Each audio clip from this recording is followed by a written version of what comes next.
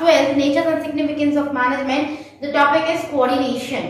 Coordination एक बहुत important topic है। हमने पिछले वीडियो में मैनेजमेंट के 5 फंक्शन पढ़े थे। उसके अलावा एक और फंक्शन होता है जो हर किसी मैनेजर को परफॉर्म करना जरूरी होता है, वो है coordination. What is coordination? Coordination is a function which binds all the other 5 functions of management. तो जो coordination है, coordination का काम होता है कि बाकी दूसरे functions के बीच में बहुत अच्छा कनेक्टिविटी रखना और बाकी में बहुत अच्छा कनेक्शन होना, ये काम करता है coordination. तो coordination is very important for all the managers to keep in an organization.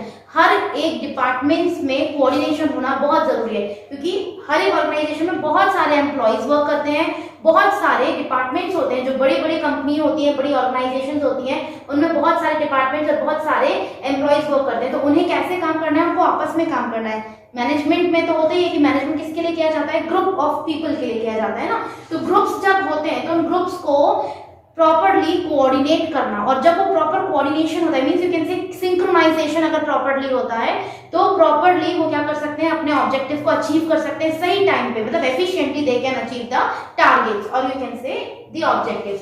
ठीक है, तो ये मीनिंग होती है हमारे कोऑर्डिनेशन की। अब हम पढ़ेंगे फीचर्स और कैरेक्टरिस्टिक्स ऑफ कोऑर्डिनेशन। तो सबसे पहला आता है हमारा इंटीग्रेट्स ग्रुप एफर्ट्स। स्वाभाविक सी बात है, मैनेजमेंट पढ़ रहे हैं तो मैनेजमेंट में हमको ग्रुप जो है उससे डील करना है, क्योंकि सिंगल इंडिविजुअल के लिए कोऑर्डिनेशन की कोई रिक्वायरमेंट नहीं होती। लेकिन अगर आप ग्रुप में बात कर रहे हैं, ग्रुप की बात कर रहे हैं, तो ग्रुप में हमको ग्रुप को कोऑर्डिनेट करना जरूरी है।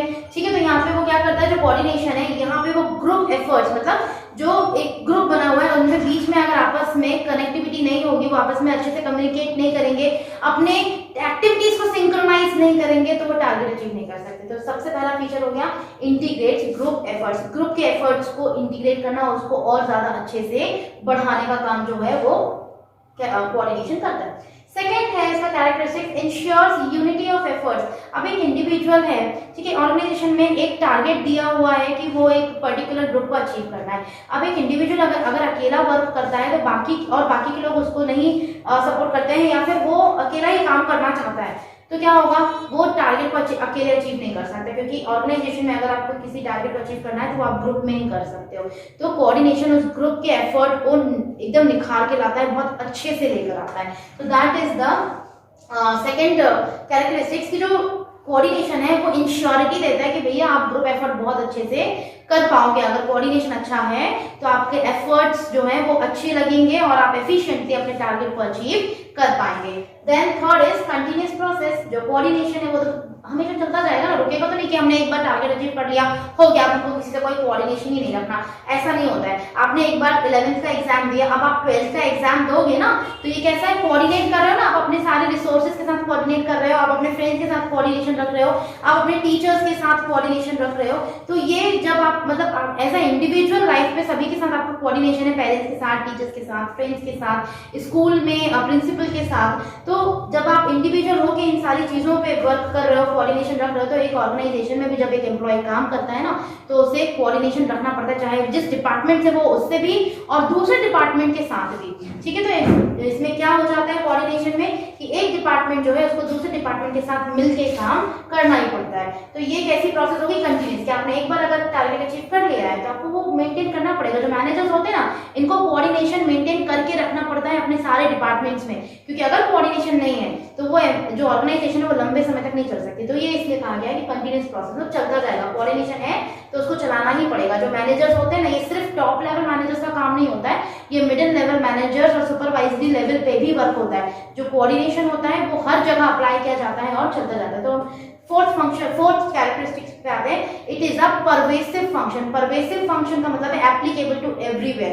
कोऑर्डिनेशन, मैंने भी एक एग्जांपल दिया आपके इंडिविजुअल लाइफ में कि आप सबसे कोऑर्डिनेशन बिठा के रखते हो। वैसे ही एक फैमिली होती है ना, तो फैमिली में अगर हर एक मेंबर्स का कोऑर्डिनेशन प्रॉपर नहीं होगा, अगर वो आपस में अपनी एक्टिविटीज को शेयर नहीं करेंगे, तो फैमिली को चलाना मुश्किल हो जाएगा। Example, mother cook for father earns money for the family. ठीक है, there is grandfather, grandmother and mama and papa and one child is there in a family. So the working of a child is to study or to help the mother. The working of a mother is to cook food for all the family members. The working function of the man is to earn money, and the grandfather and grandmother is that they can also help their that mother in her house hold course.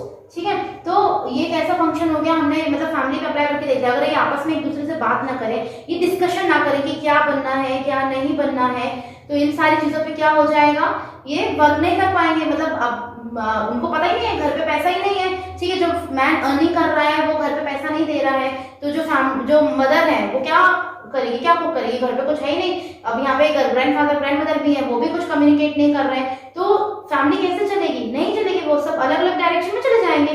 तो इसलिए कहा गया है जो pervasive function होता है ना, मतलब इट्स एप्लीकेबल टू एवरीवेयर, चाहे वो ऑर्गेनाइजेशन हो चाहे वो फैमिली हो, मतलब कोई भी वर्किंग आपको करनी हो लाइफ की, उसमें कोऑर्डिनेशन रिक्वायर्ड होता ही होता है। Then come to the fifth characteristics, responsibility of all managers. जो कोऑर्डिनेशन होता है ना, ये सारे मैनेजर्स की जिम्मेदारी होती है कि आप अपने ऑर्गेनाइजेशन में कोऑर्डिनेशन को बना के रखो। क्यों? क्योंकि हर एक डिपार्टमेंट दूसरे डिपार्टमेंट से इंटरलिंक्ड है। एक एग्जांपल इसका भी देखो आप, प्रोडक्शन डिपार्टमेंट है, प्रोडक्शन डिपार्टमेंट को फाइनेंस डिपार्टमेंट से अगर मनी चाहिए तो वो कैसे लेगा, तो उनके आपस में बताना उसको पड़ेगा ना कि यार प्रोडक्शन डिपार्टमेंट में क्या रिक्वायरमेंट है, रॉ मटेरियल, और रॉ मटेरियल परचेस करने के लिए पैसा कौन देगा, फाइनेंशियल डिपार्टमेंट देगा। जब ये आपस में कोऑर्डिनेशन ही नहीं रखेंगे, बातचीत ही नहीं करेंगे, वो इन्फॉर्म ही नहीं करेगा कि हमें कब अमाउंट चाहिए, तो सपना थोड़ी होएगा फाइनेंशियल डिपार्टमेंट वाले को कि नहीं दोस्त ने तो मुझे बताया नहीं, ठीक है उसको मैं पैसे भिजवा देता। ऐसा कुछ नहीं होता है। जब तक आप अपनी डिमांड नहीं भेजेंगे कि इतने इतने अमाउंट मुझे particular so and so date पे रिक्वायर्ड है, तब तक आपके पास अमाउंट नहीं आएगा। तो ये प्रोडक्शन डिपार्टमेंट और फाइनेंशियल डिपार्टमेंट की बात हो गई। तो अगर आपस में इनकी कोऑर्डिनेशन नहीं होगा तो प्रोडक्शन का काम तो रुक जाएगा, तो वहां कोऑर्डिनेशन ना होने की वजह से कंपनी को नुकसान हो गया। तो ये हो गया हमारा फिफ्थ पॉइंट कि जो जिम्मेदारी होती है वो किसकी होती है, सारे मैनेजर्स की होती है कि पूरे ऑर्गेनाइजेशन की जो डिपार्टमेंट्स है उसमें कोऑर्डिनेशन हो, ताकि आपस में जो भी वर्किंग है वो ना रुके और इजीली ऑर्गेनाइजेशन रन करती रहे।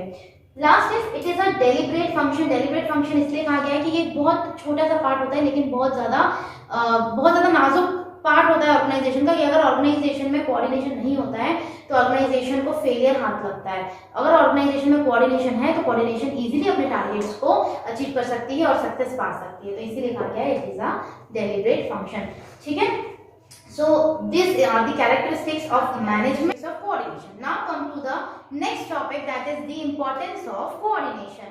Importance of coordination में सबसे पहले हम देखेंगे growth in size. Growth in size क्योंकि ऑर्गेनाइजेशन जो है, ऑर्गेनाइजेशन हमेशा, कोई भी कंपनी है, मान लो अगर आज मैं एक कंपनी खोलती हूँ तो मुझे ये लगेगा कि मैं इसको बढ़ाती जाऊँ, आगे बढ़ाती जाऊँ, तो उसकी ग्रोथ में मैं वर्किंग, तो ग्रोथ जो है वो कंपनी की जो ग्रोथ है वो होती जाएगी। तो कंपनी की ग्रोथ के लिए मुझे क्या करना पड़ेगा, मुझे अपने कंपनी के अंदर जितने भी डिपार्टमेंट्स है उसमें कोऑर्डिनेशन होना जरूरी है। क्योंकि एक कंपनी जब होती है, जब वो सक्सेस पाने लगती है तो वो आगे भी बढ़ती है। जब वो आगे बढ़ती है तो उसमें एम्प्लॉयज और ज्यादा होंगे, और ज्यादा डिपार्टमेंट्स बढ़ते चले जाएंगे, उनकी वर्किंग और बड़े लार्ज स्केल पे होने लगेगी। और जब ये सारी वर्किंग होने लगेगी ना तो कोऑर्डिनेशन का वहां होना बहुत जरूरी है, इसीलिए कोऑर्डिनेशन इंपॉर्टेंट है। अगर कोऑर्डिनेशन होगा तो कंपनी को इजीली ग्रोथ मिलती चली जाएगी। ठीक है, this is the first importance. Second is functional differentiation. Functional differentiation का मतलब है यहाँ पे कि जो डिपार्टमेंट्स होते हैं ना, कंपनी में बहुत सारे डिपार्टमेंट्स होते हैं, अलग अलग तरीके के डिपार्टमेंट्स होते हैं, production department, HR department, financial department, marketing department. ठीक है, तो ये अलग अलग डिपार्टमेंट्स अलग अलग तरीके से काम करते हैं। इनका खुद का एक बोलना चाहिए मोनोपोली काइंड ऑफ थिंग होता है। ये इंटरडिपेंडेंट होते हैं, पहले तो इंटरडिपेंडेंट भी होते हैं और ये सारे डिसीजन किसी पे डिपेंडेंट होके भी ले सकते। Now come to the second point, functional differentiation. Functional differentiation means in an organization there are number of departments, और ये जितने भी अलग अलग प्रकार के डिपार्टमेंट होते हैं ना, इनकी जो वर्किंग होती है वो इंडिपेंडेंट होती है।